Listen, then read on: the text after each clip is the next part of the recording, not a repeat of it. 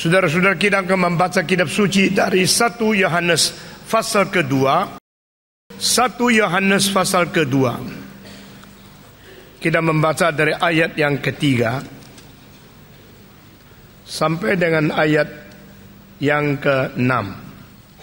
1 Yohanes pasal kedua dari ayat ketiga sampai dengan ayat ke-6. Mari kita membaca bersama-sama semua dari ayat ketiga. Dan inilah tandanya bahwa kita mengenal Allah, yaitu jikalau kita menuruti perintah-perintahnya.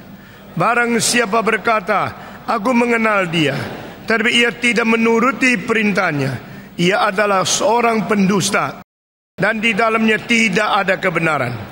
Tetapi barang siapa menuruti firman-Nya, di dalam orang itu sungguh sudah sempurna kasih Allah. Dengan itulah kita ketahui bahwa kita ada di dalam Dia. Barang siapa mengatakan bahwa ia ada di dalam Dia, ia wajib hidup sama seperti Kristus telah hidup. Atau terjemahan lain, barang siapa menurut firman-Nya, di dalam orang itu sungguh sudah sempurna kasih Allah. Dengan itulah kita mengetahui bahwa kita ada di dalam Dia. Barang siapa mengatakan bahwa ia ada di dalam Dia, ia harus berjalan di dalam apa yang sudah Tuhan jalankan. Mari kita berdoa. Bapa di dalam surga, kami berterima kasih dengan tidak henti-hentinya Tuhan memberikan pengajaran kepada kami, memberikan perintah kepada kami, memberikan firman yang hidup kepada kami, sehingga hidup kami tidak menjadi hidup yang hampa, tidak menjadi hidup yang sia-sia, tidak menjadi hidup yang tidak berarah. Kami sangat bersyukur kepadamu karena firman-Mu itu firman yang sejati, dan firman itu firman yang kudus. Firman-Mu itu adalah kebenaran, maka firman-Mu itu tetap sampai selama-lamanya. Dan barang siapa yang menjalankan kehendak Tuhan, yang menuruti firman-Mu, dia tidak akan tergeser dan tidak akan binasa beserta dunia yang segera akan lewat, tetapi akan tetap tinggal selama-lamanya. Karena begini janji Tuhan kepada orang yang takut kepada Tuhan. Pada pagi ini sekali lagi kami menaruh semua beban di dunia ini. Kami datang kepadamu dengan hati yang merindukan firman, karena Engkau mempunyai hidup dan mempunyai firman yang hidup kekal. Kepada siapa lagi kami mengikutinya? Tuhan, dengar doa kami. Berkati hamba-Mu yang hina ini, berkati setiap orang yang datang, dan berkati semua yang kami kasihi, yang di tempat-tempat yang jauh, yang hari ini kami tidak melihat datang di sini. Tuhan memimpin mereka, Tuhan menjamah mereka, khususnya mereka yang ada di dalam sakit, di dalam kekurangan, kesulitan, kepicikan, atau kesulitan-kesulitan yang kami tidak tahu. Tuhan hapus air mata mereka, Tuhan beri kekuatan kepada mereka, tambah iman kepada mereka. Dengar doa kami Tuhan. Kami berdoa dalam nama Yesus Kristus, penebus dan juru selamat kami, pengasih sayang jiwa kami yang satu-satunya. Amin. Minggu yang lalu kita telah berkhotbah mengapa kita jangan hidup di dalam dosa. Mengapa kita harus mengaku dosa. Dan orang yang tidak mengaku dia pernah berbuat dosa, dia adalah seorang yang menjadikan Tuhan pendusta. Adakah dosa yang lebih besar, yang menuding Tuhan sebagai pendusta? Adakah keberanian lebih besar yang memfitnah bahwa Tuhan adalah yang mendustakan? Saudara-saudara, Tuhan mengatakan engkau berdosa berdasarkan otoritas dan pengertian Tuhan yang tertinggi, dan Dia menembusi hati sanubari kita masing-masing. Itu sebab pada waktu Tuhan mengatakan engkau berdosa, tak mungkin meleset, tak mungkin salah. Dan di situ pengumuman Tuhan bahwa manusia berdosa bukanlah menuduh atau menjatuhkan manusia, tapi di situ Dia telah memberikan kesempatan untuk kita bertobat dan kita kembali kepada Tuhan. Saudara-saudara, Tuhan yang sudah menyediakan pengampunan dosa adalah Tuhan yang memberitahu kepada kita bahwa kita sudah berada di dalam dosa. Jikalau Tuhan tidak menyediakan pengampunan dosa, tidak menyediakan penebusan dosa, maka Tuhan mengatakan engkau berdosa. Di situ artinya adalah Dia akan memberikan penghukuman kepada kita. Dia akan memberikan sesuatu penghakiman kepada kita, karena memang Dia suci adanya. Tapi justru kala sudah sedia pengampunan dosa, baru Dia mengatakan engkau berdosa. Di situ Dia membawa kita kembali kepada Dia. Saudara-saudara sekalian, jikalau seseorang tidak mengerti motivasi orang lain yang memberikan peneguran kepada dia, maka dia mungkin menganggap itu semacam penghinaan, semacam hal yang merugikan dia, dan dia makin kaku dan makin berani berbuat di dalam dosa. Ini yang sering terjadi di dalam hidup kita sehari-hari. Kadang-kadang kita karena kira orang itu sudah sangat mengerti kita kira dia bisa terima kita punya anjuran, engkau salah, engkau mesti begini-begini. Tapi mereka yang sudah mendengar, bukan saja tidak ucap terima kasih, bukan tidak sadar tentang dosanya, dia mempunyai suatu reaksi. Mengapa engkau menghina saya? Mengapa engkau mengkritik saya? Mengapa engkau tidak menyenangi saya? Di situ dia menjadi sesuatu manusia yang jiwanya menjadi berani untuk berbuat dosa lagi. Saudara-saudara sekalian, tuduhan manusia sering mungkin salah. Tuduhan manusia tentang dosa kita sering berdasarkan motivasi yang tidak beres. Tuduhan manusia mungkin meleset, tetapi tuduhan Tuhan adalah sesuatu otoritas yang tertinggi dengan bijaksana dan pengertian yang tidak mungkin salah. Maka Dia mengatakan engkau berdosa. Kalimat ini harus mengakibatkan kita bereaksi, Tuhan, kalau demikian bagaimana saya? Kalau Tuhan yang sudah berkata aku berdosa, aku harus bagaimana? Dan Tuhan berkata, aku datang mencari dan memanggil orang berdosa untuk bertobat, untuk kembali kepadaku. Saudara-saudara sekalian, pada waktu Tuhan berkata kepada malaikat yang jatuh, engkau berdosa, malaikat itu reaksinya apa? Melawan, menantang. Maka dia disebut sebagai setan. Istilah setan berarti penantang Tuhan, saudara-saudara. Dan dia tidak lagi diberi kesempatan untuk bertobat. Dia diberikan sesuatu hukuman yang seharusnya menanti sampai hukuman yang akhir. Saudara-saudara sekalian, manusia yang diberikan kesempatan oleh Tuhan untuk bertobat seharusnya segera bertobat, segera tinggalkan dosa.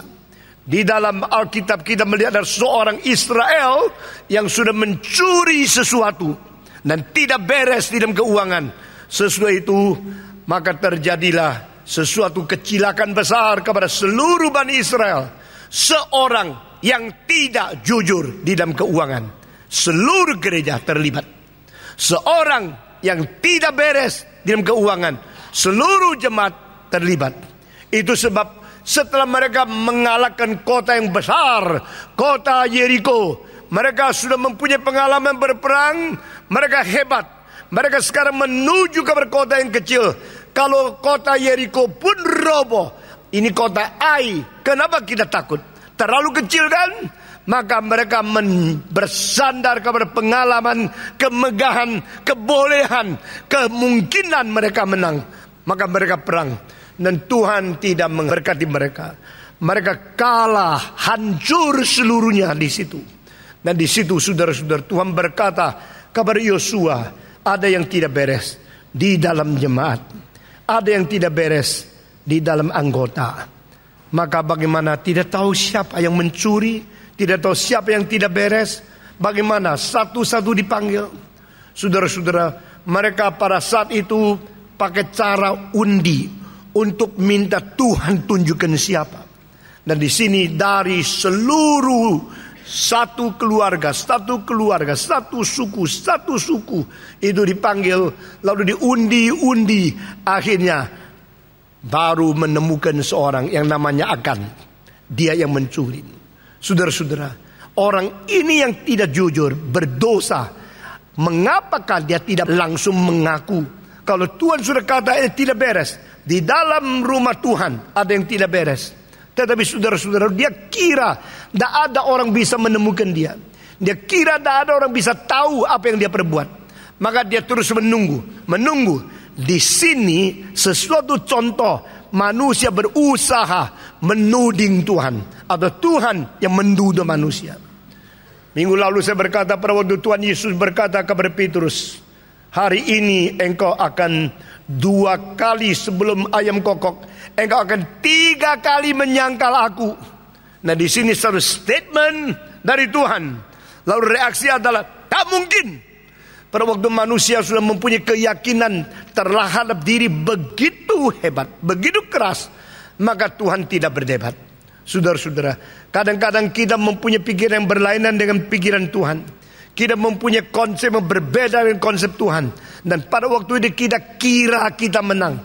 Kita kira kita tak salah. Kita kira kita pasti betul adanya. Tuhan tidak debat. Pada waktu Tuhan tinggal diam, itulah saat paling serius. Saudara-saudara, waktu saya masih kecil di dalam sekolah, pada waktu kita lagi ujian, di tengah-tengah ujian, maka kita semua tenang mengerjakan sesuatu. Saudara-saudara sekalian, dan orang-orang yang terus melihat guru, orang itu tidak beres. Waktu ujian, semua murid itu menulis sesuatu, sibuk menulis. Tetapi ada satu murid yang tidak tulis, terus lihat guru, berarti dia tidak beres. Mengapa? Dia mengharapkan gurunya tidak ada, karena dia mau menyontek, betul nggak? Nah, saudara-saudara, itu sebab seorang guru kalau pada waktu ujian melihat seorang murid terus melihat dia harus terus melihat murid itu juga. Karena ini namanya saling melihat, saudara-saudara. Tetapi pada waktu guru mengajar, waktu dia mengajar, mendadak dia diam. Saat itu terjadi apa? Saat itu terjadi dia sedang memperhatikan satu murid yang tidak memperhatikan. Pada waktu guru memperhatikan seorang murid yang tidak perhatikan, itu menjadi saat yang sangat serius sekali. Saya pernah waktu kecil umur 8 pergi sekolah bawa ulat. Ulat sutra itu tidak ada di Indonesia, tapi di Tiongkok ada.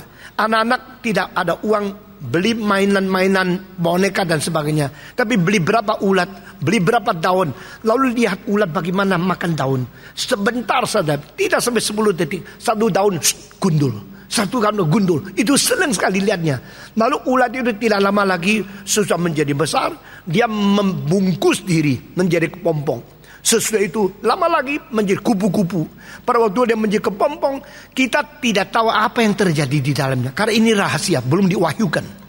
Maka kita berusaha melihat, tapi taruh di lampu tidak menembus, tidak bisa tahu. Jadi akhirnya kita tunggu kok tidak keluar. Ada apa di dalam sembunyi-sembunyi? Maka anak-anak yang nakal itu potong kepompong itu dengan gunting.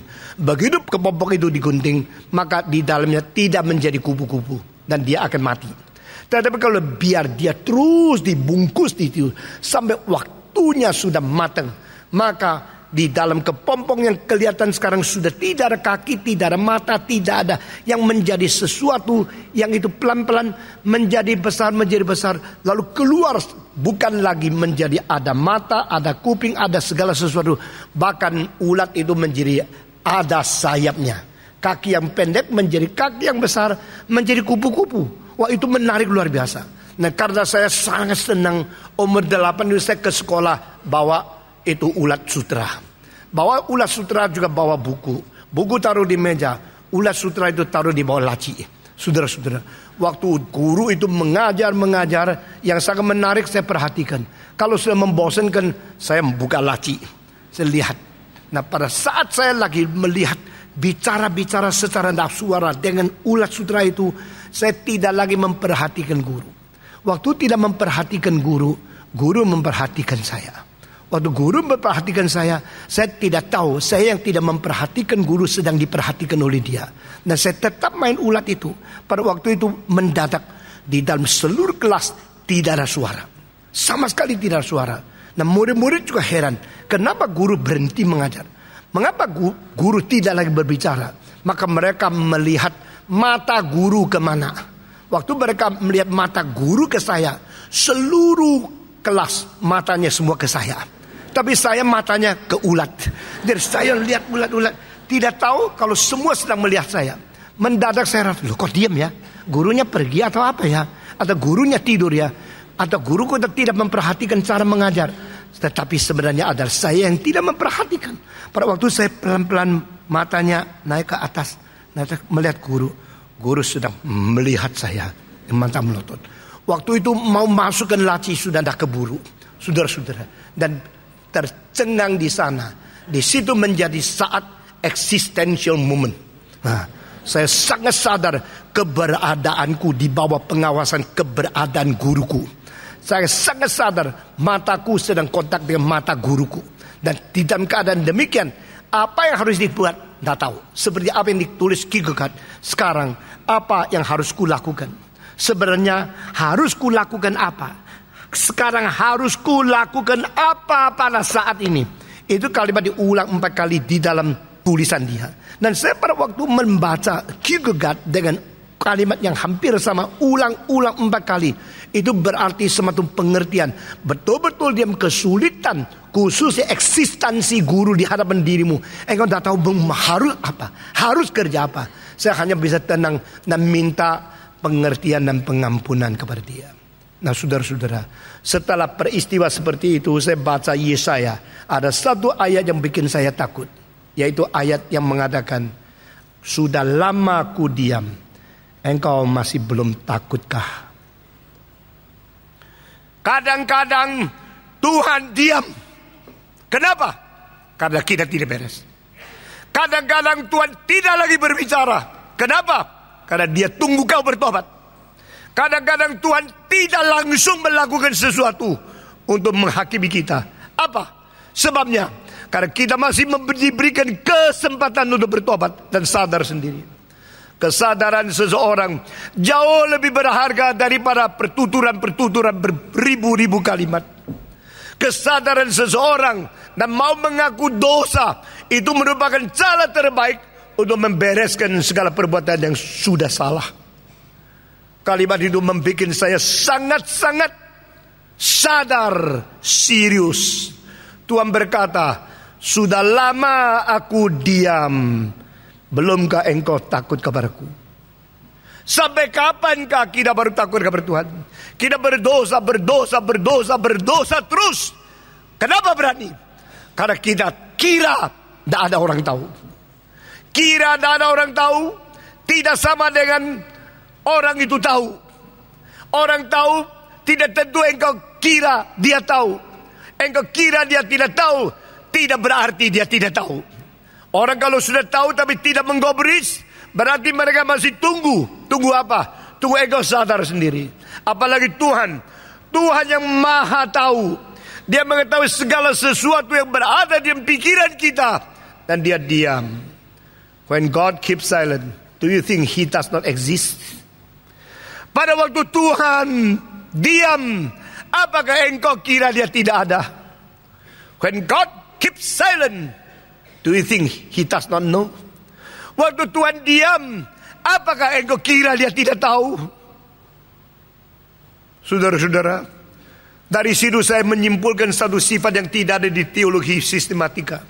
Sifat Allah adalah sifat yang diam saat manusia tidak lagi mentuhankan dia.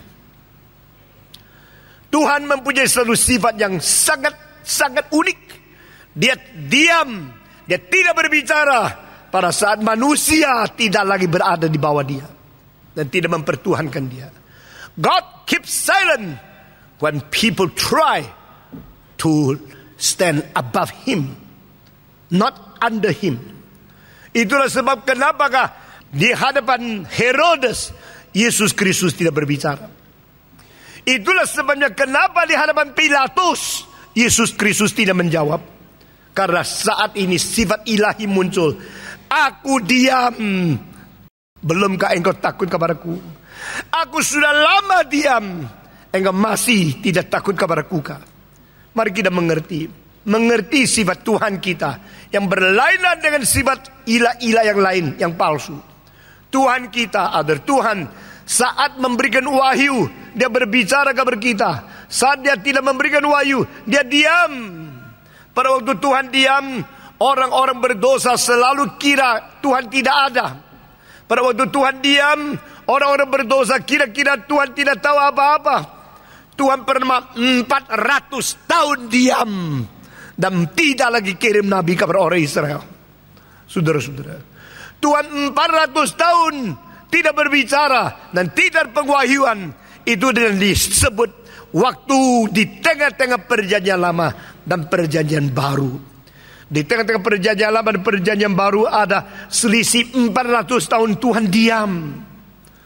Orang Israel juga tidak sadar. Mereka mengharapkan, tapi tidak ada firman. Sebelum itu Tuhan memakai Amos mengatakan, pada waktu akan datang manusia lapar bukan karena tidak ada roti. Manusia aus bukan karena tidak ada air. Manusia aus, manusia lapar karena tidak ada firman Tuhan. Kita yang setiap minggu mendengarkan firman Tuhan, kita kira memang begini. Kita kira ini biasa. Kita kira sebuah tempat begini. Saudara-saudara, kalau engkau sudah pergi daripada GRI 1 tahun, lalu engkau akan kembali lagi, baru engkau sadar berapa berkat firman Tuhan terus dibicarakan kepada kita. Saudara-saudara, memang gereja banyak. Dan gereja dengan pemberitaan firman Tuhan yang ketat, yang sistematis, yang sungguh-sungguh, yang serius, tidak banyak. Saya tidak akan membanggakan gereja ini, tapi memang beban dari permulaan itu diberikan kepada kita seperti ini.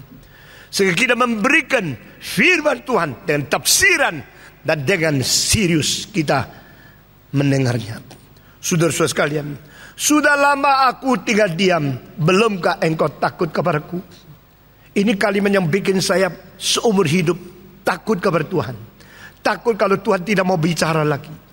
Pada waktu Tuhan mengatakan engkau berdosa, engkau seharusnya langsung mengaku, langsung merendahkan hati, langsung buka, minta Tuhan memberikan pengampunan. Akan bukan demikian? Akan akhirnya di dalam undi itu diam 7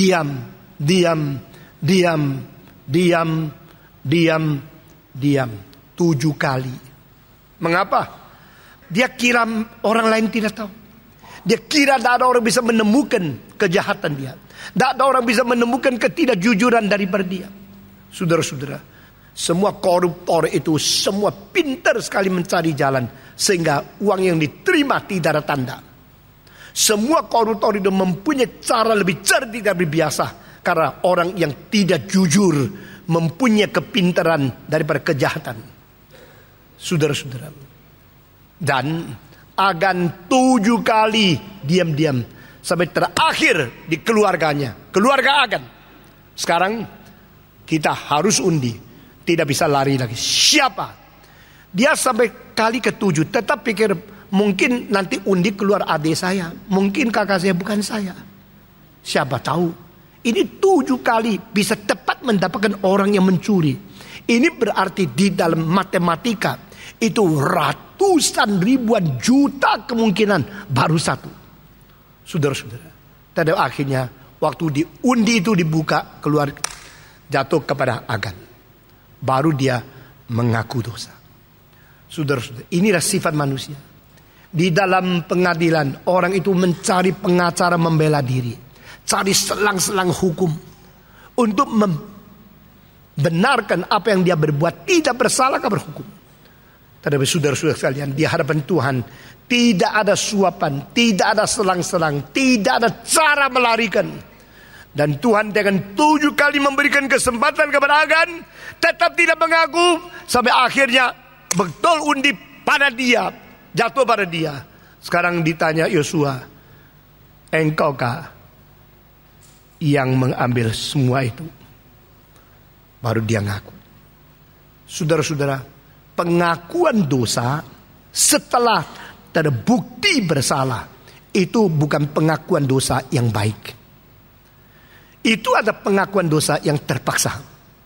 Pengakuan dosa pada waktu Tuhan berbicara, engkau langsung sadar dan datang minta pengampunan. Itu pengampunan dosa yang paling baik.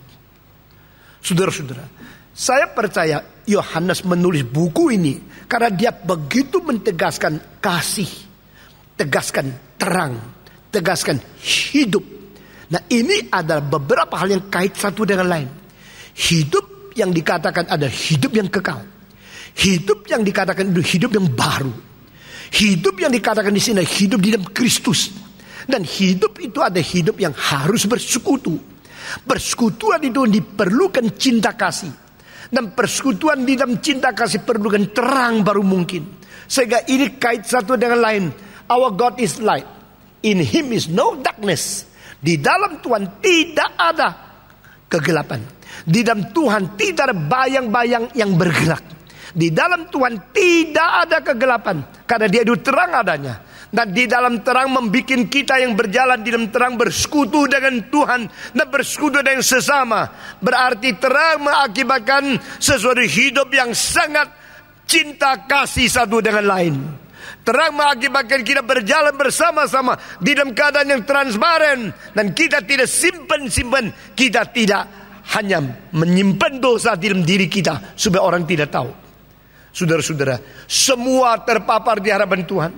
Semua terbongkar di hadapan Tuhan. Di hadapan Tuhan Allah yang terang adanya. Tidak ada sesuatu yang bisa disimpankan.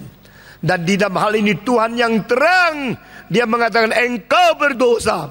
Jika engkau mengatakan saya tidak berdosa, saya tidak pernah berdosa, kebenaran tidak akan memihak orang hanya karena dia suaranya lebih keras. Inilah kesalahan-kesalahan khususnya orang yang tidak berkebudayaan tinggi. Kita kalau lebih keras bersuara, kita kira kita boleh membantah. Kita kira kita boleh menghapus. Kita kira boleh melarikan diri daripada fakta dosa yang kita perbuat. Saudara-saudara sekalian. Dan Tuhan menunjukkan engkau berdosa. Engkau mengatakan tidak. Waktu engkau mengatakan tidak, engkau menjadikan Tuhan pendusta. Ayat 6, ayat 8 dikatakan orang yang mengaku diri tidak berdosa, dia pendusta yang menipu diri sendiri. Ayat ke-10 mengatakan jika manusia menganggap diri tidak pernah berbuat dosa, dia menjadikan Tuhan Allah pendusta. Dosa lebih besar lagi. Setiap kali kita tidak mengaku dosa, kita membela diri. Pembelaan diri kita mengakibatkan kita berdosa lebih besar dari berdosa sebelumnya. Makin tutup, makin besar. Makin tidak mengaku, makin berat. Sama seperti kalau engkau sudah berada di tengah-tengah api, engkau berusaha membungkus api dengan kertas. Kertas tidak bisa membungkus api, hanya bisa menolong api menyala-nyala lebih besar lagi. Itu caranya. Saudara-saudara, manusia yang tidak mengaku dosa adalah manusia yang membesarkan dosa. Manusia yang membuat dosa lebih berkobar-kobar.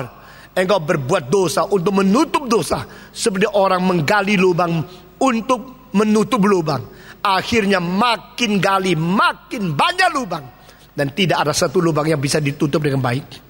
Saudara-saudara, itulah sebab pasal kedua mengatakan jikalau engkau berdosa, maka di hadapan Tuhan kita ada seorang pengantara. Dan pengantara itu adalah Yesus Kristus. Dia yang pernah datang ke dalam dunia. Justru dia datang bukan menghakimi dosa. Dia datang bukan menghukum orang berdosa. Dia datang untuk memanggil orang berdosa supaya bertobat. Saudara-saudara, there is a mediator. Di situ ada satu mediator yang berdiri di tengah-tengah Allah dan manusia, yang dia membawa anugerah dari Tuhan kepada manusia dan menanggung dosa manusia untuk diampuni di hadapan Tuhan. Dia di tengah-tengah Allah yang suci dan manusia yang najis. Di tengah-tengah Allah yang terang, manusia yang gelap. Di tengah-tengah Allah yang penuh dengan kasih dan manusia yang penuh dengan kebencian.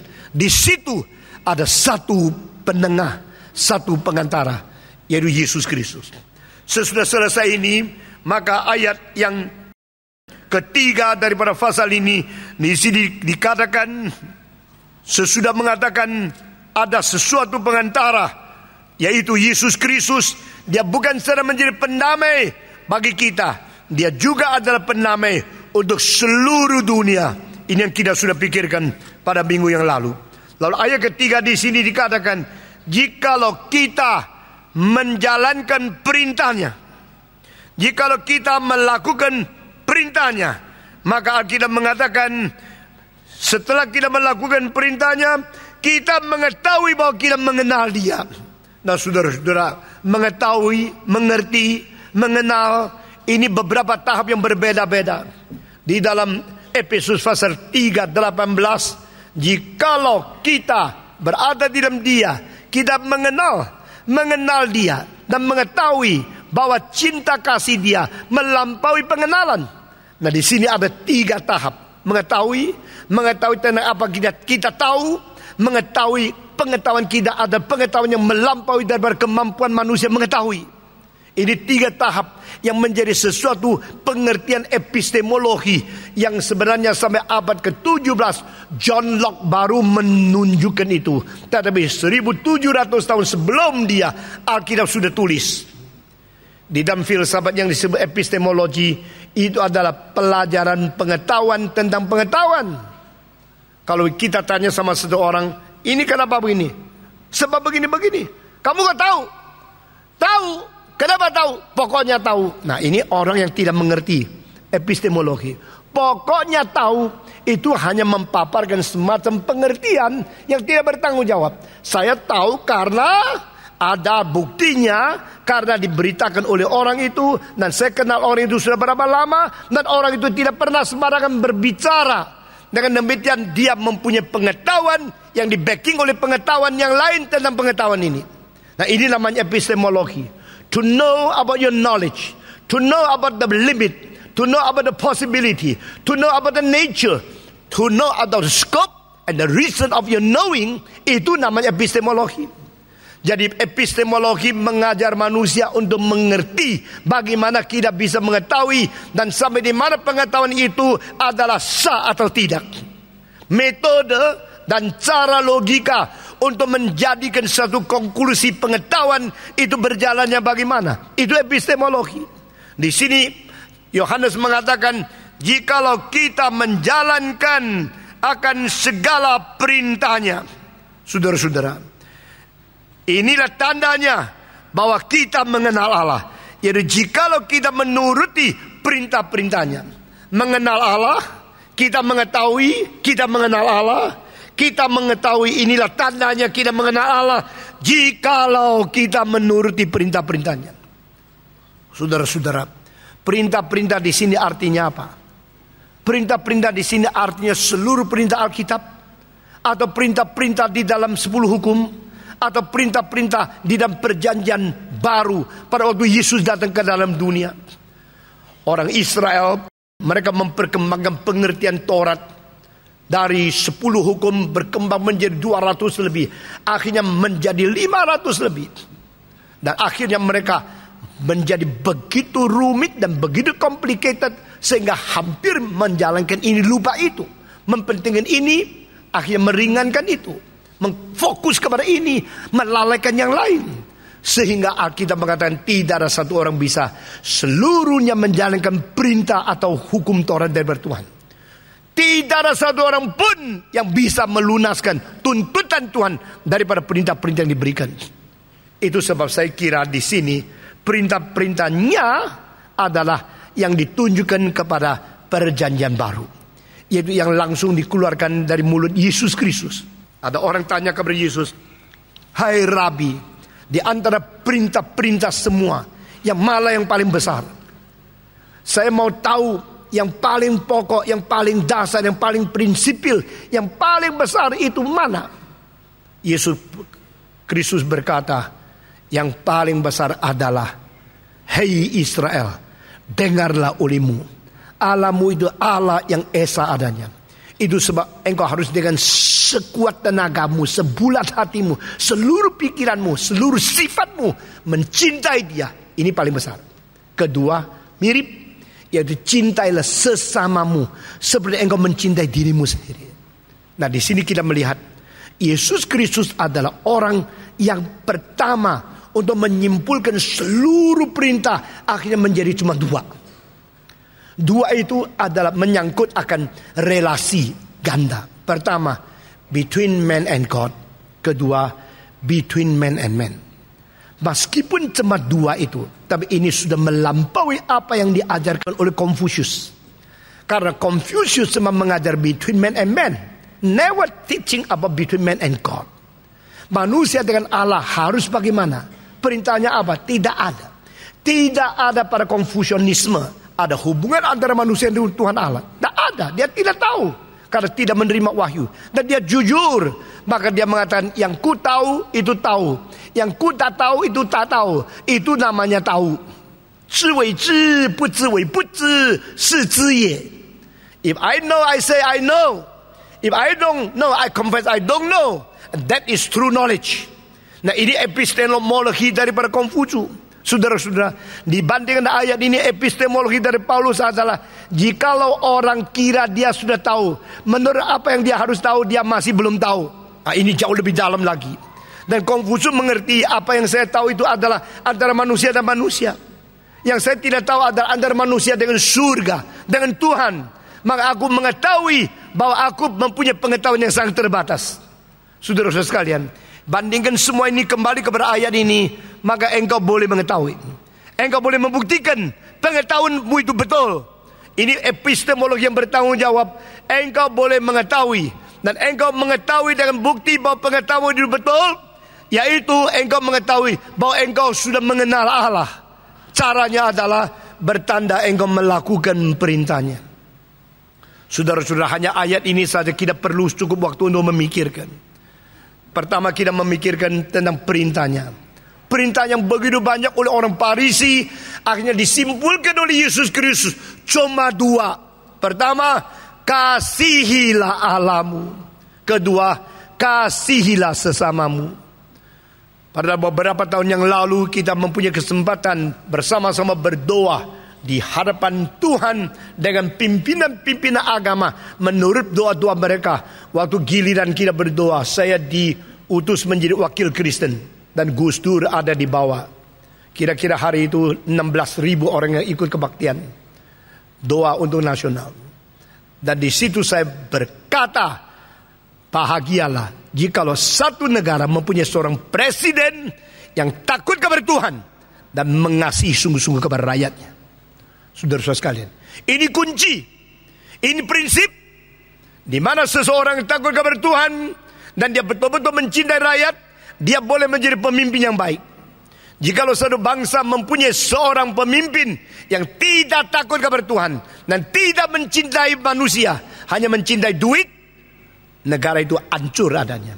Saudara-saudara, orang yang tidak takut kepada Tuhan boleh berbuat apapun karena dia kira tidak ada yang bisa mengawasi, tidak ada yang bisa menghakimi dia. Tapi seseorang yang takut kepada Tuhan dan mengasihi dia dan sesama juga dia kasihi, maka orang itu di mana saja dia beres, di mana saja dia memuliakan Tuhan, di mana saja dia menjadi berkat bagi orang sekitarnya. Yesus Kristus menyimpul ini semua cuma 2 perintah. Pertama, love your Father in heaven and love your brothers and sisters. Cinta Allah dan cinta kepada manusia. Saudara-saudara, sudahkah kita menjalankan perintah ini? Yesus Kristus mengatakan, jikalau ada orang mencintai aku, biarlah dia menuruti perintahku. Nah, di sini Tuhan Yesus memberikan satu-satunya tanda, satu-satunya perintah, yaitu if you keep my commandment, you love me. Siapa yang mencintai aku, dia pasti menjalankan perintahku. Nah, sekarang saya tanya lagi, kalau perjanjian lama seluruhnya disimpulkan oleh Yesus Kristus menjadi 2 perintah yang paling besar, maka di dalam dunia ini Yesus Kristus memberikan perintah apa lagi? Sebenarnya di dunia ini Yesus Kristus menambahkan 2 perintah yang besar, cuma 2. Nah, saudara-saudara, perjanjian lama disimpulkan menjadi 2, cinta Allah dan cinta manusia. Di dalam perjanjian baru Tuhan Yesus memberikan 2 lagi, dan urutannya tidak boleh dirubah. Pertama, kasihilah satu dengan yang lain. Jadi bukan cinta sesamamu, bukan cinta tetanggamu seperti cinta dirimu sendiri, tapi cintalah antara kamu saudara bersaudara. Engkau saling mencintai satu dengan lain. Ini adalah perintah yang baru. Saya dulu tidak mengerti mengapa perintah ini menjadi perintah yang baru. Apa bedanya dengan perintah di dalam perjanjian lama mengatakan kita mencintai sesama? Saudara-saudara, mencintai sesama ini adalah antara yang dicipta yang dicipta. Tapi mencintai saudaramu ini adalah antara yang ditebus dan ditebus. Di sini bedanya. Saudara-saudara, kalau engkau bilang saya suka mencintai manusia, Tapi orang yang sama sekali ditebus oleh Tuhan, engkau pun tidak bisa mencintai. Itu omong kosong yang mencintai sesamamu. Maka Tuhan berkata, cintalah satu dengan lain, saling mengasihi. Inilah perintah baru yang kuberikan kepadaku. Dan di sini dia mempunyai sesuatu rahasia kemungkinan terjadi dengan jikalau aku sudah mengasihi engkau, biarlah kamu mengasihi satu dengan yang lain. Saudara-saudara, jadi kita bisa saling mengasihi berdasarkan contoh Kristus mengasihi kita terlebih dahulu. Kalau dia mengasihi kita, maka dengan cinta itu kita saling mengasihi. Kalau dia mencintai kita, maka kita mencintai satu dengan lain berdasarkan cinta yang sudah dia berikan contoh kepada kita. Nah, itulah menjadi satu dasar prinsip kita mungkin saling mengasihi. Ini perintah pertama. Perintah kedua adalah pergilah ke seluruh dunia dan kabarkan Injil kepada sesamamu. Jadikan mereka murid-muridku. Ajarkan semua yang kututurkan kepada engkau. Ini adalah perintah yang kedua dari Kristus. Jadi Yesus Kristus sendiri di dunia memberikan dua perintah. Dan dua-dua ini diberikan, satu pada waktu menjelang kayu salib, satu setelah kebangkitan. Berarti selesai 3,5 tahun dia melayani sebelum dia naik ke kayu salib. Dia berkata kepada murid-murid, kasihilah satu dengan lain. Kasihilah sesamamu di dalam keadaan menjadi muridku. Engkau saling mengasihi. Ini perintah pertama. Lalu dia naik ke atas kayu salib. Setelah dia bangkit, dia kumpulkan semua di bukit Galilea. Bukan di bukit Sion, bukan di bukit Zaitun, bukan di bukit Kanaan yang lain, tapi di dalam bukit di Galilea. Apa sebab? Karena dia mau mengingatkan mereka kembali. Dari dulu mereka dipanggilnya di Galilea. Saudara-saudara, dari Yerusalem Tuhan Yesus janji, pada waktu ini, jam ini, saya akan bertemu engkau di Galilea, di bukit Galilea. Setelah itu murid-murid harus sedia pada waktu yang dijanjikan sampai di bukit itu. Yang tidak mungkin sampai di situ cuma satu, Yudas. Dan 11 murid yang lain harus berangkat dari Yerusalem kembali ke Galilea. Itu menempuh jalan mungkin 2 hari. Mereka harus jalan kaki. Dan mengapa Tuhan tidak langsung memberikan amanah agung di Yerusalem? Dia akan disalibkan di Yerusalem. Dia bangkit di Yerusalem. Kenapa dia harus kumpulkan mereka lagi janjinya di bukit di Galilea? Apa sebab? Karena dia mau mereka sambil jalan, sambil ingat panggilan pertama. Saudara-saudara, yang dipanggil oleh Yesus Kristus sangat-sangat presentasi besar adalah dari Galilea. Dan di situ dia kumpulkan di atas bukit, memberikan perintah yang kedua. Go to the world, tell all the nations, bring forth the gospel to them, make them my disciples. Ini perintah kedua, sama perintah yang pertama berbeda apa? Perintah pertama intern, perintah kedua eksternal. Perintah pertama untuk di dalam, orang-orang Kristen saling mengasihi. Perintah kedua, orang Kristen bersaksi mengabari Injil ke seluruh dunia. Sekali saya berkata kepada saudara, gereja yang tidak mengabari Injil tidak mungkin gereja yang cinta Tuhan. Pendeta yang tidak mengabari Injil bukan pendeta yang mencintai Tuhan. Karena Tuhan bukan mengajar kita untuk mengerti teologi lalu berdiri di mimbar saja. Tuhan mau kita memberitakan Injil, mengabarkan Injil. Ini 2 perintah. Satu, mengasihi di dalam. Kedua, berani memberitakan Injil di luar. Ini yang bikin gereja hidup, membuat gereja betul-betul mempunyai bobot. Karena cinta kasih itu dilaksanakan di dalam hidup sehari-hari. Dan cinta kasih diutarakan melalui pemberitaan Injil. Saudara-saudara sekalian, 2 perintah ini kalau kita jalankan, kembali kepada ayat ini. Jikalau engkau menuruti perintahku, maka engkau mendapatkan bukti dan engkau mengetahui bahwa engkau mengenal aku. Di sini aku mengenal Tuhan, dan aku tahu aku mengenal Tuhan, dan tauku ada bukti bahwa aku tahu aku mengenal Tuhan itu benar. 3 lapisan mengenal Tuhan. Saudara-saudara, saudara di dalam perjanjian lama engkau melihat pertama kali mengatakan mengenal, itu adalah Adam mengenal Hawa. Istilah mengenal itu di dalam bahasa Ibrani lain dengan bahasa yang lain. Aku mengenal istriku. Apakah mengenal itu mengakibatkan saya menikah dengan istri? Atau mengenal itu adalah akibat setelah saya menikah dengan istri? Kalau mengenal itu adalah membuat saya mau melamar dan mau menikah dengan dia. Karena saya mengenal dia, baru menikah. Itu lebih safe, bukan? Tetapi justru Alkitab mempunyai pikiran yang berbeda. Yaitu setelah engkau menikah, baru engkau mengenal dia. Yang paling cilaka sudah menikah puluhan tahun masih belum mengenal. Dan ini sering terjadi. Karena manusia selalu pikir dia mempunyai pengalaman itu cuma satu tahap. Pengenalan sampai ke dalam sekali, itu memerlukan waktu yang lama sekali. Saudara-saudara. Dan di dalam bahasa Ibrani, itu istilah mengenal harus digabungkan dengan semacam persekutuan hidup. Setelah Adam menikah dengan istrinya, setelah dia bersetubuh dengan istrinya, baru Alkitab mengatakan dia mengenal. Ini mengenal istri karena apa? Karena sudah bersetubuh. Mengenal istri karena apa? Karena sudah mempunyai persekutuan yang paling intim antara pribadi dan pribadi. Nah, di situ tidak ada sesuatu yang tertutup, semua terbuka. Tidak sesuatu yang rahasia, semua itu menjadi transparan. Nah, antara dua orang yang sudah mempunyai keintiman seperti itu namanya mengenal. Dengan kalimat ini, konsep seperti ini, kita datang kepada perjanjian baru. Yohanes mengatakan, engkau mempunyai bukti bahwa engkau mengetahui engkau sudah mengenal Tuhan. Mengenal Tuhan melalui apa? Melalui persekutuan yang betul-betul terbuka di hadapan Tuhan. Nah, saudara-saudara, kembali kepada pasal pertama. Jikalau aku berjalan di dalam terang, sebagaimana Tuhan berada di dalam terang, maka aku dan Tuhan bersekutu. Aku bersekutu dengan saudaraku, aku dan saudaraku bersekutu dengan Tuhanku, dan persekutuan itu ada di dalam Kristus, karena Kristus bersekutu dengan Allah Bapa. Keintiman antara tiga pribadi Allah Tritunggal adalah keintiman yang menjadi contoh dan teladan, menjadi dasar dan menjadi rahasia komunitas di dalam seluruh umat manusia.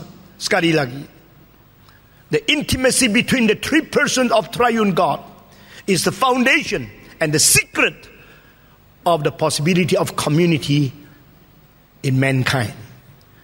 Umat manusia baru bisa bersekutu dengan baik, baru bisa berkomunitas dengan sehat, jikalau mereka mengerti keintiman antara pribadi pertama, kedua, dengan tiga di dalam Allah Tritunggal itu.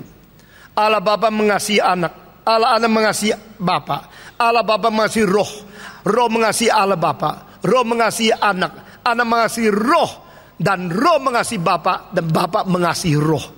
Seluruhnya mempunyai satu keintiman yang begitu menjadi contoh, sehingga akhirnya Tuhan berkata, sebagaimana aku mengasihi kamu, kamu harus mengasihi satu dengan lain. Dan di situ persekutuan intim berdasarkan contoh Allah Bapa, Anak dan Roh Kudus mengakibatkan komunitas atau persekutuan atau masyarakat dunia ini beres. Di dalam dunia ini banyak hal yang tidak beres. Nanti kalau kita sudah berada di surga, kita akan menikmati persekutuan yang sempurna. Tapi sebelum itu kita belajar dari sini. Belajar dari sini bukan karena di sini sudah mempunyai kekuatan kepada kita, tapi karena Tuhan Allah Tritunggal pernah kirim Kristus untuk menjadi contoh bagaimana dia mengasihi sesama manusia berdasarkan kasih yang berasal daripada dia sendiri. Saudara-saudara, itu sebab engkau bersekutu lalu engkau mengenal, lalu engkau mengetahui engkau mengenal. Engkau mengetahui engkau mengenal karena ada sesuatu yang menjadi bukti. Ini ayat ketiga. Sekali lagi saya membaca, dan inilah tandanya bahwa kita mengenal Allah, yaitu jika kita menuruti perintah-perintahnya. Engkau tahu, engkau mengenal dia. Engkau mengenal dia bukan sekedar kognitif, sekedar teori, semacam pikiran saja. Engkau mengenal dia karena engkau bersekutu di dalamnya. Engkau berada di dalam kenikmatan kasih dan kasih bertemu. Dan di sini karena persekutuan hidup seperti itu, yaitu hidup dalam terang, mengakibatkan engkau mempunyai bukti engkau mengenal dia. Buktinya apa? Jalankan perintahnya. Seorang ayah mau kirim sepucuk surat, lalu dia mengatakan, siapa yang mau pergi untuk mengirim suratku ini. 5 anak. Pak, saya sibuk, Pak. Kedua, Pak, saya mau tidur. Ketiga, Pak, besok banyak pelajaran, besok pagi aja. Keempat, Pak, hujan keras, sekarang saya pergi capek dan basah kuyup. Pada waktu 4 anak lagi bicara dengan alasan-alasan tidak bisa pergi, tunggu besok kapan akan hantar. Maka pada waktu mereka lagi bicara, anak yang paling kecil sudah pakai jas hujan. Berkata, aku pergi, Pak. Dan Papa mengetahui siapa yang mengasihi dia. Saudara-saudara, kita sudah biasa ngomong tok. Kita sudah biasa hidup dalam kebudayaan ngomong tok. Orang Indonesia kalau pidato semua lebih hebat daripada Clinton. Dari kampung-kampung coba ngomong pidatonya. Teorinya semua tahu. Ngomong semua bisa. Teriak-teriak semua mempunyai suara cukup. Tapi waktu jalankan semua tidak beres. Apakah GRI juga begini? Apakah kita yang dilatih di sini juga begini? Saudara, Tuhan tidak akan terpengaruh, akan terharu dengan bicaramu bagaimana merdu, bagaimana hebat, suaramu bagaimana manis. Atau kelakuanmu kelihatan pelayanan beres. Pada hari itu Tuhan berkata, orang-orang yang datang kepadaku, Tuhan, Tuhan. Aku berkata kepada mereka, engkau jangan kira menyebut aku Tuhan, Tuhan, engkau akan masuk ke dalam kerajaan surga. Hanya mereka yang melakukan kehendak Allah yang masuk ke dalam kerajaan surga. Loh, bukankah kami telah mengusir setan demi namamu? Bukankah kami telah melakukan mujizat demi namamu? Bukankah kami telah bernubuat demi namamu? Bukankah kami telah menyembuhkan orang sakit tumbang tangan demi namamu? Tuhan Yesus mengatakan, oh begitu ya. Jadi you dari dulu sebanyak melayani aku. Maaf aku tadi salah. Boleh masuk. Orang begitu berjasa, melayani, menyembuhkan, mengusir setan. Engkau berbicara, nubuat, begitu giat melayaniku. Silakan masuk. Tadi aku lupa namamu. Tidak. Tuhan Yesus mengatakan, engkau nyala daripadaku. Dengan sesungguh-sungguhnya aku berkatamu, barang siapa yang tidak melakukan kehendak Bapakku, tidak akan masuk ke dalam kerajaan Allah. Kelakuan. Saudara masih ingat satu buku yang namanya Yakobus. Titik beratnya kepada dibenarkan melalui perbuatan. Bukan berarti kita tidak dibenarkan oleh iman. Kita dibenarkan oleh iman. Tetapi manusia akan melihat kalau engkau betul-betul beriman, jikalau engkau menunjukkan perbuatan. Karena iman tanpa perbuatan itu mati adanya. Itu sebab di sini dikatakan dengan melakukan perintah Tuhan, maka kita tahu, kita kenal, kita ada tanda bahwa kita sudah mengenal Tuhan. Saudara-saudara sekalian, inilah rahasianya. Melakukan. Jangan bicara saja. Jangan ngomong tok. What you say, you pay it. What you say, you walk it out. What you say, you practice it. Bicara. Di dalam rapat GRI saya mempunyai satu dalil. Barang siapa yang mengusul, dia harus ikut bayar. Patong lebih baik gini. Lebih baik gini. Lebih baik berarti yang lain kurang baik kan. You punya lebih baik kan. Paling baik gini. Oh jadi you paling baik. Gini bagaimana? Mesti gini. Kalau begini, apa yang kau usulkan itu perlu uang. Kau mau ikut enggak? Mau jalankan enggak? Kau mau bayar tidak? Gampang sekali kita mengatakan gini. Yuk kerja ini, yuk kerja itu. Saudara-saudara, yuk tidak beres. Setiap kali you akan menuding orang lain, satu jari ke sana, satu jari ke bawah, 3 jari ke dirimu sendiri. Saudara-saudara, kita gampang memerintahkan orang lain, tapi kita tidak jalankan. Kita gampang melihat ini tidak beres, itu tidak beres, tapi kita tidak ada sumbangsi apa-apa. Kita tidak praktekkan sesuatu yang kita tahu itu tidak beres. Tahu baik, tidak melakukan itu dosa. Nah ini merupakan salah satu definisi di antara 7 definisi dosa yang besar di Alkitab. You know what is good, but you do not do it. That is sin. Jadi dosa bukan hanya melakukan kejahatan. Dosa termasuk tidak melakukan kebajikan. Tidak melakukan sesuatu kan tidak bersalah. Tidak melakukan sesuatu, mana bisa melakukan sesuatu yang salah. Orang yang tidak pernah berbuat salah karena dia tidak pernah berbuat apa-apa, itu tetap mungkin disebut dosa. Mungkin. Karena apa? Dia tahu apa itu baik tapi tidak jalankan. Tahu jahat jalankan, itu dosanya besar. Tahu baik tidak jalankan, itu dosa tidak sebesar berdosa yang lain. Tapi itu tetap berdosa. Karena engkau sudah tahu itu baik, engkau sudah tahu itu harus jalankan. Ambil contoh, engkau tahu Tuhan Yesus suruh kita mengabar Injil. Tahu tidak? Tahu tidak? Tahu Tuhan suruh kita mengabar Injil? Tahu tidak? Jawab, tahu tidak? Engkau jalankan belum? Kalau tidak jalan, engkau berdosa. Bukan jasa. Saya tidak mengabar Injil, saya jasanya sedikit. Engkau mengabar Injil, engkau jasa lebih baik. Tidak. Tuhan perintahkan engkau tidak jalankan. Itu dosa. Kalau engkau sadar sampai di sini, tidak usah debat lagi. Ini firman Tuhan. Kalau engkau sadar sampai di sini, maka cilakalah aku kalau tidak mengabari Injil kepada orang lain. Demikian Paulus. Saudara-saudara sekalian, maka kita kembali kepada prinsip-prinsip di ayat-ayat yang begitu penting ini. Jikalau kita jalankan perintahnya, bukan ngomong tok, bukan pengetahuan kognitif. Kira-kira 7-8 tahun yang lalu saya khotbah satu khotbah, dan khotbah itu saya anggap sangat penting. Pada waktu Bapak Octavianus di dalam itu skripnya minta satu makalah, saya kirim yang itu ke situ, yaitu Who is true evangelicals? Siapakah orang Injili yang sejati? Saya membagi orang Injili. Saya Injili, Reform Injili. Injili itu bisa menjadi 7 macam.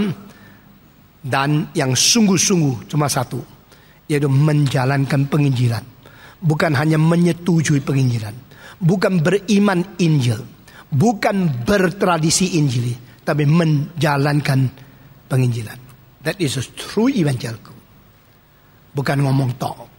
Saudara-saudara, mari kita belajar segala sesuatu. Bukan tahu, bukan mengerti, bukan berteori, bukan bicara, tapi do it. Do it. Selama hidup ini saya sangat-sangat dikejar oleh Tuhan. Kalau pada saat sesuatu pimpinan Tuhan sudah jelas, saya tidak bisa tunda 1 hari. Saya tidak bisa tunda 1 bulan. Saya tidak bisa tunda lagi 1 langkah. Karena itu kehendak Tuhan yang sudah dinyatakan, saya harus jalankan. Jalankan. Itu yang bikin saya setengah mati, saudara-saudara. Dan kadang-kadang orang ikut saya juga rasa setengah mati. Ikut Stephen Tong yang begitu dinamis, yang begitu merubah-rubah. Sebenarnya tidak ada rubah-rubah. Yang disebut rubah itu adalah rubah kesalahan kita untuk menyempurnakan apa yang sudah Tuhan kasih tahu. Dan disitulah mendadak pimpinan baru datang, kita harus taat. Harus taat. Dengan taat itu kita jalankan. Barang siapa menjalankan perintah-perintah, maka dia boleh mendapatkan bukti. I know that I truly know him. This is the evidence that I know him. And the evidence I have practiced the will of God. Aku sudah menjalankan perintah-perintah. Itulah yang menjadikan kita betul-betul mengenal akan Tuhan. Kalimat selanjutnya adalah, barang siapa berkata, aku mengenal dia, tetapi ia tidak menuruti perintahnya, ia adalah seorang pendusta, dan di dalamnya tidak ada kebenaran. Nah, saudara-saudara, ini mirip dengan kalimat tadi, yang tahu baik tapi tidak menjalankan. Mengerti perintah tapi tidak menuruti. Mengerti perintah tapi tidak menuruti. Ini adalah orang penipu, saudara-saudara. Karena engkau mengetahui, engkau sudah belajar, engkau sudah mengetahui perintah-perintah Tuhan, tapi engkau tidak mau menjalankan. Ini adalah penipu yang kebenaran tidak ada pada dirinya. Ini kedua kali. Pertama kali di dalam ayat ke-8 pasal 1, Yohanes mengatakan, barang siapa mengatakan diri tidak berdosa, maka dia adalah pembohong terhadap diri sendiri. Kebenaran tidak ada pada dirinya dia sendiri. Saudara-saudara, 2 minggu yang lalu saya berkata kepada saudara, harta terbesar kita miliki di dunia adalah berapa banyak kebenaran yang kita mengerti dan kita jalankan. Itu aset sesungguhnya. Karena harta benda yang kita terima di dunia ini tak bisa dibawa. Setelah mati itu tidak ada lagi yang dibawa. Kemarin saya buka lemari dan saya melihat barang-barang yang ditinggalkan oleh, sebagian yang ditinggalkan oleh mertua saya. Banyak pikiran timbul. Ini dulu pernah dipegang, pernah dipakai, lalu disimpan baik-baik di sini. Sekarang milik siapa? Saya tidak perlu itu. Dia pernah mempunyai barang-barang ini. Tapi dia sudah tidak ada. Itu hartanya, itu harta pinjaman. Harta yang pernah diserahkan kepada dia beberapa puluh tahun. Yang pernah dia pakai, pernah dia jama. Termasuk ada uang-uang yang kuno sekali, ya, yang kerecengan kecil-kecil. Itu sudah puluhan tahun. Dia simpan, kenapa saya tidak tahu. Tapi saya lihat ini untuk apa, saudara-saudara. Nah, kalau saya sekarang mengumpulkan banyak barang untuk taruh di museum, saya mempunyai pikiran ini bukan punyaku. Ini saya kumpulkan untuk menjadi sesuatu bukti bahwa ada satu wahyu umum yang direaksi oleh manusia menjadi barang-barang yang sangat bermutu di dalam seni, di dalam kristalisasi daripada kebijakan manusia. Saya tahu. Setiap kali saya pegang ambil saya, ini bukan punya saya. Ini adalah sesuatu selama di dunia ini adalah mandat kultural yang kita tahu sedikit. Tetapi saudara-saudara, apa yang menjadi harta kita sesungguhnya adalah bagaimana banyaknya kebenaran yang kita mengerti dan kita lakukan. Saudara-saudara, setiap minggu kita mendengarkan firman Tuhan. Setiap minggu tambah simpanan kebenaran lebih banyak. Setiap minggu kita koleksi firman Tuhan lebih banyak. Mengerti lebih banyak. Lebih banyak. Saudara rasa nikmat tidak? Jawab. Untuk mendengarti firman Tuhan lebih banyak, rasa hidup lebih berarti bukan? Hidup menjadi lebih sempurna kalau pengertian kebenaran itu bertambah terus. Ingat ya. When your knowledge of the truth is increasing, your life becomes more meaningful. Hidup menjadi lebih berarti pada waktu kita sadar pengertian firman itu bertambah-tambah. Setiap hari, setiap minggu pengertian firman bertambah, kita rasa hidup lebih berisi, kita rasa hidup lebih berarah, kita rasa hidup lebih berprinsip, kita rasa hidup sudah diberikan sesuatu kunci master untuk mengetahui bagaimana jalan. Dan kebenaran yang bagaimana banyak engkau mengerti, itulah harta bendamu. Maka kita mengatakan baik-baik simpan segala kebenaran tentang Kristus dengan segala bijaksana, dengan selimpah mungkin simpan di dalam hatimu. Itulah your property, itu your treasury. Ini sesuatu harta benda yang tak mungkin direbut, harta benda yang tak mungkin lewat dan gugur, harta benda yang mengikut engkau sampai di surga tetap ada, karena ini ada kebenaran dari Tuhan. Semua teori dari manusia tidak. Hanya firman Tuhan ikut kita sampai ke dalam kekekalan. Bukan saja demikian. Harta itu menjadi berwujud kalau engkau menjalankan. Engkau dengar cinta. Engkau jalankan cinta. Maka kebenaran itu menjadi wujud. Harta itu menjadi wujud dipakai. Kalau engkau mempunyai uang beratus-ratus juta di dalam bank, tetapi engkau tidak boleh memakainya. Apa bedanya dengan orang yang tidak ada uang? Saudara-saudara, kalau engkau mempunyai uang dan engkau boleh memakai uang itu, barulah engkau tuan uangmu, bukan budak daripada uangmu. Banyak orang kaya sebenarnya adalah menjadi budak daripada uangnya. Dan banyak orang yang mempunyai kemungkinan dan mempunyai hak untuk memakai uang, justru tidak ada kebenaran mengontrol, tak tahu pakai uang untuk apa. Dan kalau mengetahui kebenaran dan melaksanakan, itu dua menjadi klop. Engkau mempunyai sesuatu harta benda yang betul-betul hidup dan betul-betul bisa dipakai. Saudara-saudara, jikalau engkau mengatakan aku tidak berdosa, engkau pendusta dan kebenaran tidak ada pada kamu. Di sini ayat kedua, jikalau engkau tidak melakukan perintah-perintah, maka engkau pendusta dan kebenaran tidak ada padamu. Dua hal, mengatakan aku tidak berdosa. Kedua, tidak melakukan perintah yang aku sudah tahu. Itu tetap dua-duanya ada dosa.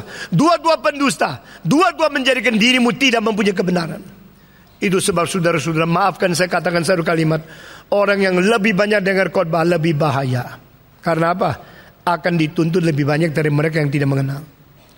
Jika engkau tidak mengenal Tuhan, maka tuntutan Tuhan kepada orang yang tidak pernah mendengar khotbah itu satu standar yang berbeda dengan mereka yang sudah dengar terus. Lalu setan bisik di telingamu, kalau begini jangan banyak dengar khotbah supaya tidak bahaya. Nah, itu dosa tambah satu lagi. Karena engkau mengetahui dengar khotbah itu baik, tahu baik dan tidak melakukan, itu dosa. Engkau mendengarkan khotbah bukan untuk supaya dihakimi. Engkau dengar khotbah untuk mengkoreksi hidupmu supaya tidak usah dihakimi. Itu sebab engkau harus sambil menerima firman Tuhan dengan baik dalam hatimu, sambil memikirkan bagaimana melaksanakan, mempraktekkan, sehingga engkau menjadi pelaksana, pelaku firman. Baru engkau tidak menipu diri. Ini ayat yang selanjutnya. Lalu sekarang kita masuk ke dalam ayat yang kelima. Tetapi barang siapa menuruti firman-Nya, di dalamnya orang itu sungguh sudah sempurna kasih Allah. Atau terjemahan yang lain, jikalau seseorang sudah melakukan perintah-Nya, maka cinta kasih Allah, cinta kepada Allah, hati yang cinta kepada Allah itu sudah sempurna adanya. Maksudnya apa? Engkau secara fakta, secara kuantitas tidak mungkin sempurna, tapi secara motivasi itu mungkin sempurna. Dan motivasi yang menyempurnakan itu cuma satu, yaitu motivasi yang mau mencintai Tuhan. Saudara-saudara sekalian, kadang-kadang kita melihat anak kecil tulis, tulisannya mencang-mencong. Kita bilang, apa ini? Jelek. Saudara-saudara, kalau engkau melihat satu kertas yang tulisannya mencang-mencong, engkau boleh kritik, tidak bagus, tulisan jelek. Lalu seorang mengatakan, yang tulis cuma umur 2. Engkau akan mengatakan, kalau begini lumayan lah. Lumayan, karena masih umur 2. Kenapa? Waktu engkau umur 2 tidak bisa tulis apa-apa. Sekarang bandingkan dia umur 2 sudah bisa tulis. Meskipun mencang-mencong, tetap seni cengcong. Mencang-mencong itu ada. Karena dia hanya umur 2, umur 3. Nah itu sebab Alkitab sangat meneliti satu hal, motivasi manusia. Etika Kristen adalah etika motivasi. Semua 1, 2, 3. Etika Kristen adalah etika motivasi. Jikalau engkau mau, engkau ingin, engkau sungguh-sungguh, tapi engkau tidak mampu, Tuhan tidak akan menghina. Tak mampu kau mau, tak mampu kau berani. Tuhan bukan Tuhan yang begini. Tuhan mengatakan, engkau meskipun tidak mampu, kau juga mau ya. Engkau masih sungguh-sungguh rela, aku akan menerima engkau. Ada ayatnya tidak? Ada. Mari kita lihat ayatnya ya. Diam 2 Korintus pasal 8. Ayat 12. Sebab jika kamu rela untuk memberi, maka pemberianmu akan diterima. Kalau pemberianmu itu berdasarkan apa yang ada padamu, bukan berdasarkan apa yang tidak ada padamu. Semua membaca. 1, 2, 3. Sebab jika kamu rela untuk memberi, maka pemberianmu akan diterima. Kalau pemberian itu berdasarkan apa yang ada padamu, bukan berdasarkan apa yang tidak ada padamu. Nah saudara-saudara, terjemahan lain, jikalau orang mempunyai kerelaan mengerjakan sesuatu, maka dia pasti diterima. Bukan berdasarkan ketidakmampuannya, tapi berdasarkan kemampuannya. Nah di situ lebih netral. Jadi bukan memberi sesuatu, tapi mau mengerjakan sesuatu. Jikalau ada satu orang rela mengerjakan sesuatu, maka pasti dia diterima. Bukan berdasarkan apa yang tidak ada pada dia, tapi berdasarkan apa yang ada pada dia.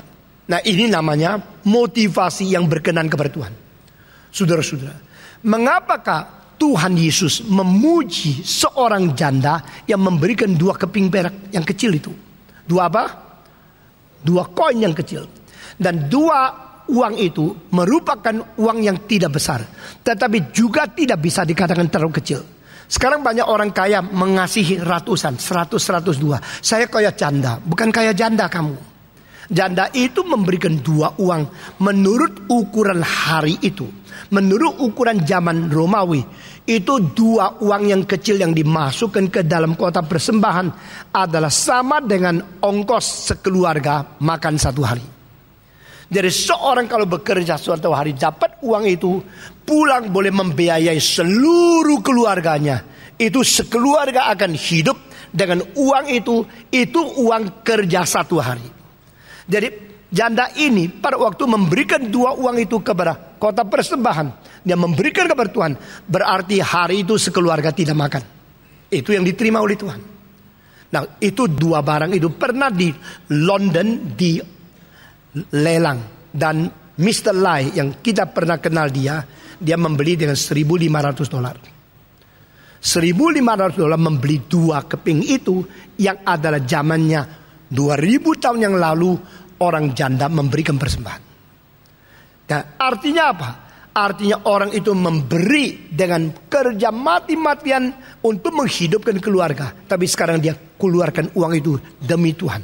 Maka Tuhan mengatakan dia memberikan persembahan lebih diperkenan oleh Tuhan daripada banyak orang kaya. Kalau persembahan kita ada persembahan uang sisa-sisa, uang yang tidak pakai, boleh ada, boleh tidak ada, persembahan itu tidak diperkenan oleh Tuhan. Karena itu seperti membuang sampah ke dalam tangan Tuhan. Tapi kalau persembahan kita adalah sebagian daripada hidup kita, yang seharusnya kita boleh menikmati, harusnya kita boleh hidup lebih baik, kita berikan untuk pekerjaan Tuhan. Meskipun engkau orang miskin, meskipun engkau orang tidak mempunyai kemampuan banyak, Alkitab mengatakan barang siapa rela memberi, dia pasti diterima. Bukan menurut apa yang tidak ada pada dia, menurut apa yang ada pada dia. Saya sangat tergerak pada waktu saya mendengar seorang, pada waktu dia masih kecil, dengar satu kebaktian mengatakan misi, mengabari Injil ke Afrika. Yesus mau orang Afrika diselamatkan. Banyak orang tergerak. Setelah kebaktian itu, lalu ada edaran kantongan persembahan untuk siapa mau mendukung penginjilan ke Afrika. Pada waktu edaran itu sedang berjalan, ada seorang anak kecil, kalau saya tidak ingat salah umur 8, dia terus menangis dan berkata, Tuhan, aku juga mau membantu pelayanan, aku juga mau mengirim uang, tapi aku anak kecil, aku tidak ada uang Tuhan. Dia menangis, air mata terus mengalir. Pada waktu kantongan itu bukan kantongan seperti kita, tapi piring. Sampai di tempat dia dengan air mata berkata kepada majelisnya, tolong piring itu taruh di lantai, tolong. Majelis sudah heran, anak kecil kok perintah ke majelis taruh piring di lantai. Ini ada apa? Taruh di jubin, tolong. Tetapi kesungguhan itu bikin majelis itu taat. Lalu piringnya besar itu taruh di lantai. Lalu anak kecil berjalan ke atas piring itu, berdiri di atas dengan air mata mengatakan, Tuhan, aku tidak ada uang, aku mempersembahkan diri untuk mengabar Injil kalau saya sudah besar. Hari itu kumpulkan uang untuk mengabar Injil, tapi semua kasih uang. Cuma seorang anak umur 8 memberikan diri, bukan memberikan uang. Dia berdiri atas itu dengan suara tidak besar, bicara sama Tuhan, nangis. Sekitarnya semua melihat tindakan yang aneh, tadinya mau marah, tapi pada waktu dengar doa dia, semua tergerak oleh Roh Kudus. Dan hari itu persembahan dapat banyak uang dan 1 anak. Saudara-saudara, berapa puluh tahun kemudian orang ini menjadi orang terkenal namanya Moffat, yang mengabar Injil di India dan bikin ratusan ribu orang menjadi Kristen. Karena waktu dia masih kecil, dia menyerahkan diri. Tuhan tidak lihat dia berapa kaya, tetapi kekayaanmu yang tidak beres Tuhan akan menghakimi. Tuhan tidak menanya berapa banyak uang kasih, tapi kalau uang itu dari uang korupsi, Tuhan akan mengadili. Tetapi jika engkau mengatakan, Tuhan, aku kerja, aku berkeringat, aku sungguh-sungguh telah merelakan diri memberi sesuatu, meskipun aku beri itu cuma sedikit, tapi dari hatiku. Alkitab mengatakan yang diterima bukan berdasarkan yang tidak ada pada dia, berdasarkan yang ada pada dia. Saudara-saudara sekalian, ini motivasinya. Jadi barang siapa kalau sudah menjalankan perintah yaitu mau mengasihi Tuhan, dan engkau mau mengasihi sesama, mau mengasihi akan orang Kristen, dan engkau mau mengabarkan Injil, perintah-perintah Tuhan engkau jalankan semua.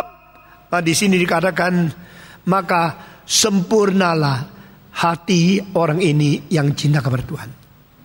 The love of God in this man's heart is perfect. Sempurna. Tuhan melihat kesempurnaan seseorang, bukan melihat apa yang sudah dicapai, tetapi lihat motivasi dia sampai di mana, murni, suci, kesungguhan, kerelaan, keikhlasan yang 100% di hadapan Tuhan. Di situ kesempurnaan dinilai oleh Tuhan. Ini ayat yang kelima.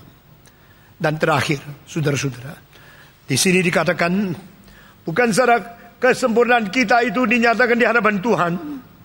Kita membaca bersama-sama 1 Yohanes pasal kedua dari ayat yang 5 sampai 6. Tetapi barang siapa menurut firman-Nya, di dalam orang itu sudah sempurna kasih Allah. Dengan itulah kita ketahui bahwa kita ada di dalam Dia. Terjemahan Indonesia kurang jelas.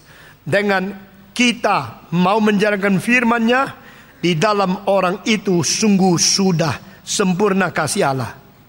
Mestinya maka kasih orang ini kepada Allah, hati orang ini yang kasih kepada Allah sudah sempurna. Lanjutnya adalah dengan demikian bahwa kita, dengan itulah kita ketahui bahwa kita ada di dalam Dia. Nah, saudara-saudara, banyak orang menanya bagaimana tahu saya diselamatkan.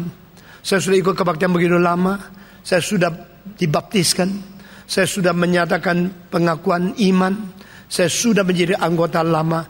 Bagaimana tahu kalau saya di dalam Kristus? Ini jawabannya.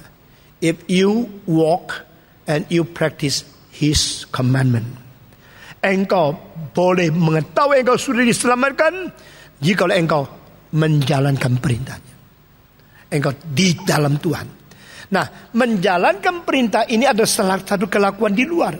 Kenapa ini menjadi bukti kalau saya mempunyai status di dalam? Berarti sesuatu iman yang dibuktikan oleh kelakuan.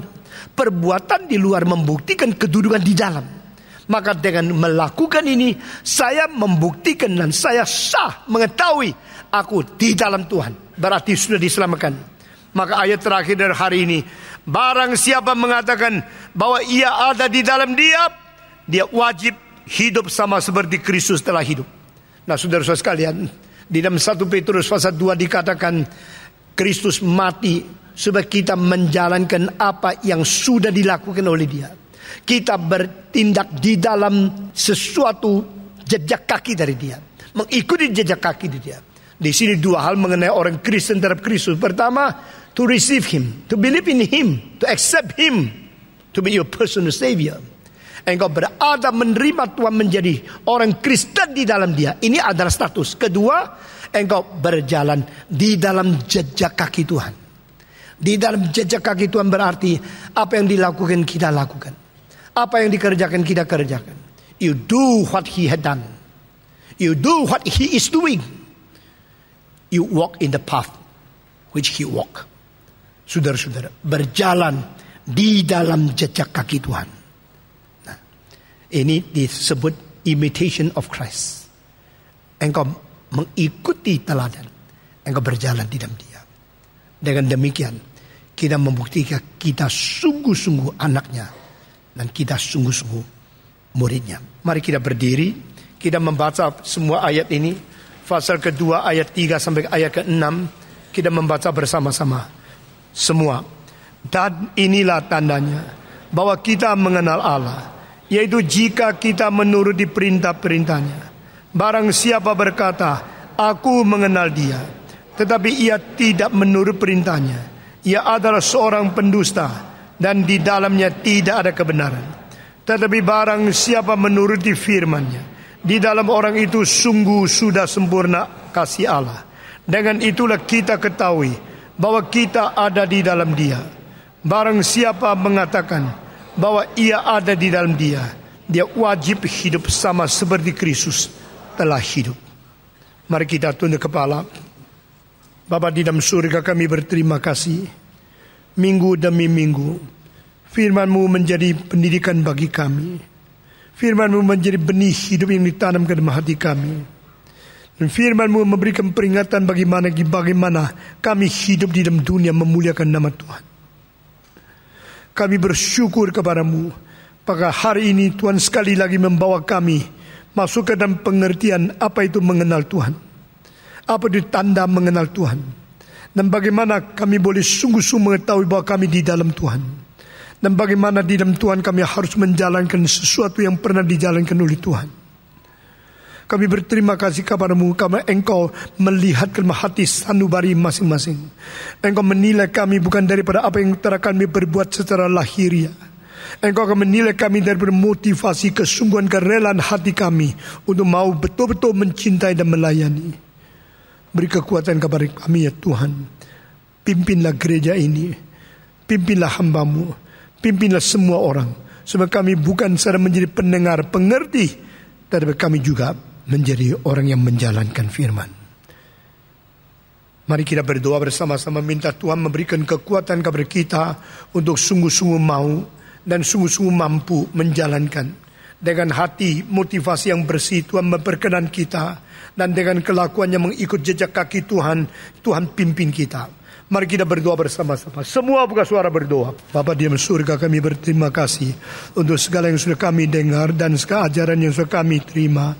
Kami berdoa kiranya Tuhan pakailah firman-Mu terus membawa kami kembali kepada Engkau dan bersihkan hati kami, perbarui hidup kami, pimpin akan langkah-langkah kami, dan jadikan kami orang yang sungguh-sungguh mentaati dan berjalan di dalam kehendak-Mu.